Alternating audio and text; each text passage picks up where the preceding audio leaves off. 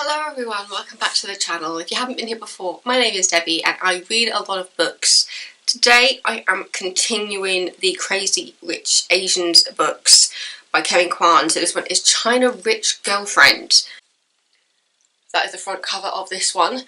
This one is still following the main characters from the last book. So Rachel, Astrid and Kitty. I didn't really talk about Kitty much in the first review, I don't think, but in this one I actually kind of got into Kitty's story. The selfish, rich ex-soap actress who just wants to marry rich and want to flaunt that wealth. There's just something about her in this book that I kind of got hooked on her story. Yeah, I'll just read the blurb for you. It's the eve of Rachel Chu's wedding and she should be over the moon. She has a flawless, oval-cut diamond, a wedding dress she loves, and a fiancé willing to give up one of the biggest fortunes in Asia in order to marry her. Still, Rachel mourns the fact that her birth father, a man she never knew, won't be there to walk her down the aisle. Then, a chance accident reveals his identity. Suddenly, Rachel is drawn into a dizzying world of Shanghai splendour, a world where people attend church in a penthouse, where exotic cars race down the boulevard, and where people aren't just crazy rich. They're China rich. I'm just obsessed with these books. They are so good and so funny and so ridiculous and so, oh, how the other half live. It says it's 498 pages with a typical read time of 7 hours and 33 minutes. And I don't think I took that long to read this one, to be honest, because generally I am quite a quick reader anyway. But yeah, so you're following Rachel, Kitty and Astrid. You get a lot more of Astrid's story, and I love Astrid. But having just finished the third one now as well, I'm slightly torn on Astrid as a whole, based on everything that she goes through and the things that she does.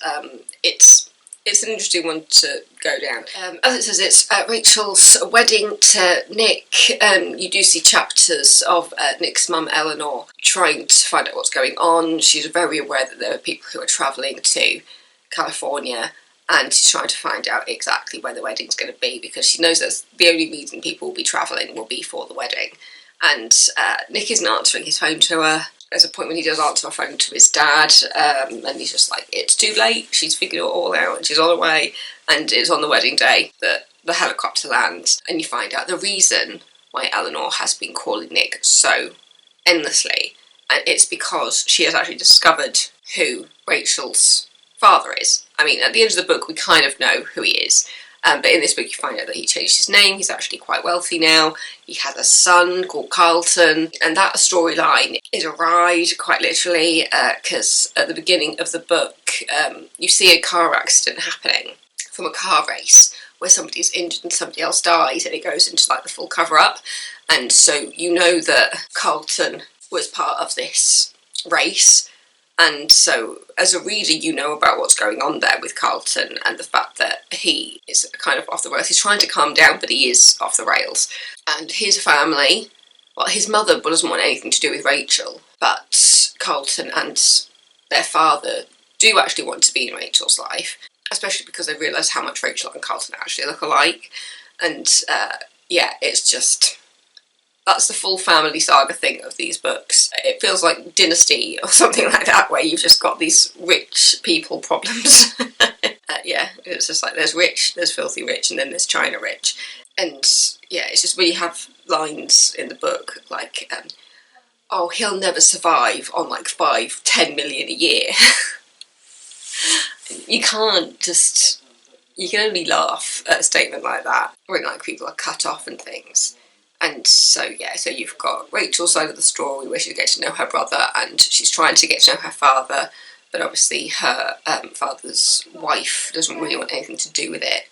And then you also see in Astrid and Charlie's relationship develop, because at the end of the last book, Charlie's company, they buy shares in Michael's company. So now Michael has money of his own, but the money is changing him. Whereas before he was quite a meek guy who kind of lived in his wife's shadow a bit.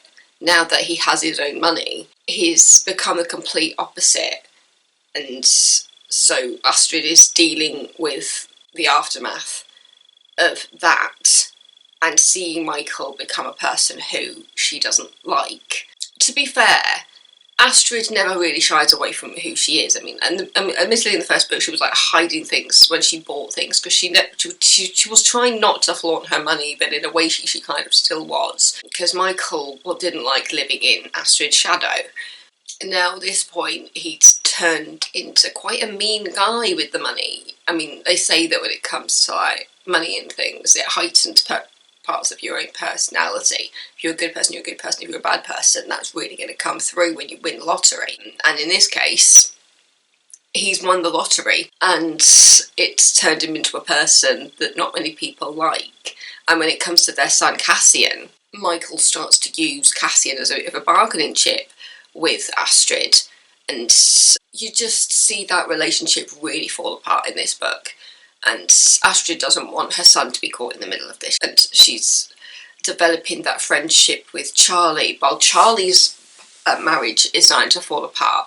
And so you've got two people who are in very lonely marriages at this point, finding comfort in each other.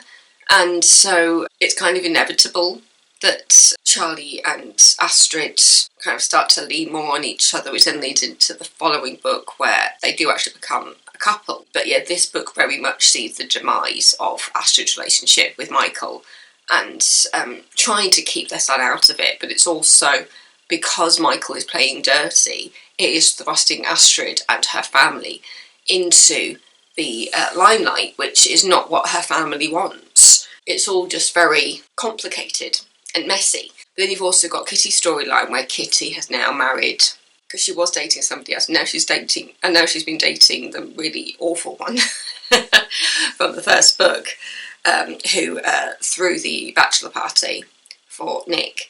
And so we're seeing Kitty's rise through kind of the socialite side of things. She's not China rich, as in everybody else. You know, this is somebody who lavishly spends her money. She wants to be seen as within the parties of these extremely rich families, but Kitty is just not that person.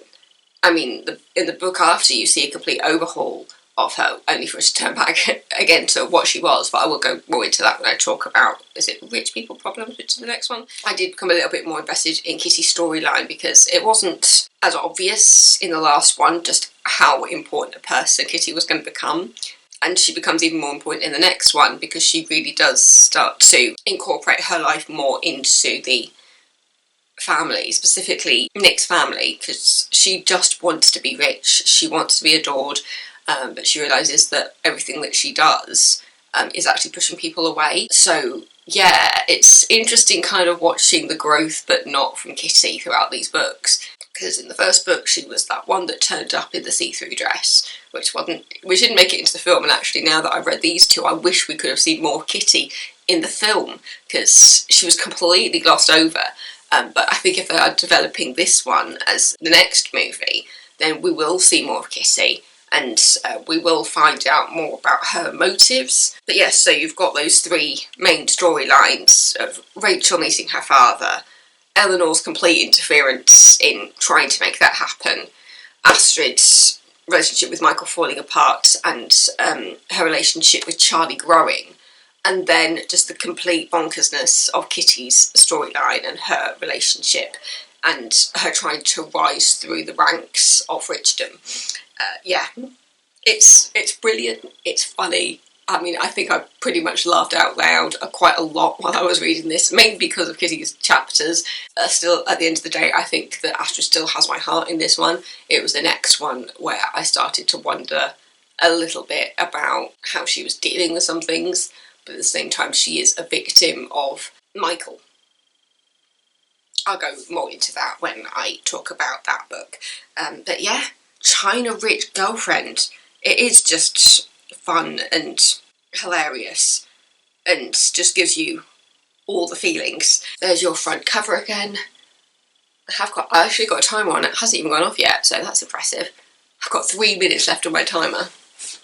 Good girl, Debs. But yeah, I just thought it was brilliant and funny, and as I said, you know, even though I do enjoy the Rachel storyline, for me it's Astrid.